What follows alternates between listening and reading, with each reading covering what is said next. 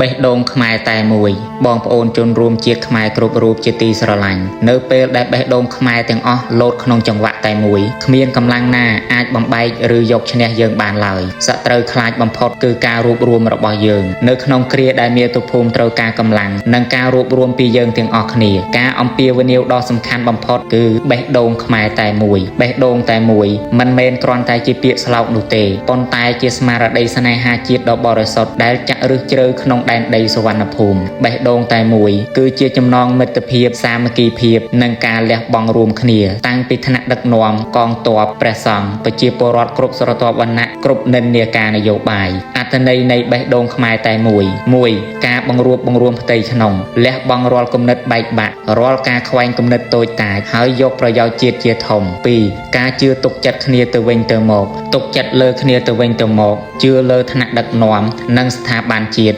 3. ការចូលរួមដោយស្មារតីរាល់ទង្វើទាំងអស់មិនថាការតស៊ូការបរិច្ចាគការលើកទឹកចិត្តឬការរក្សាសន្តិភាពសុទ្ធតែជាចំណែកនៃកម្លាំងជាតិសូមបងប្អូនខ្មែរគ្រប់រូបភ្ញាក់រលឹកហើយចូលរួមពង្រឹងនៅបេះដូងខ្មែរតែមួយនេះដើម្បីមាតុភូមិយើងបានគង់វង្សឋិតថេរជានិច្ចនិរន្តរ៍ខ្មែររួបរวมគ្នាខ្មែរឈ្នះ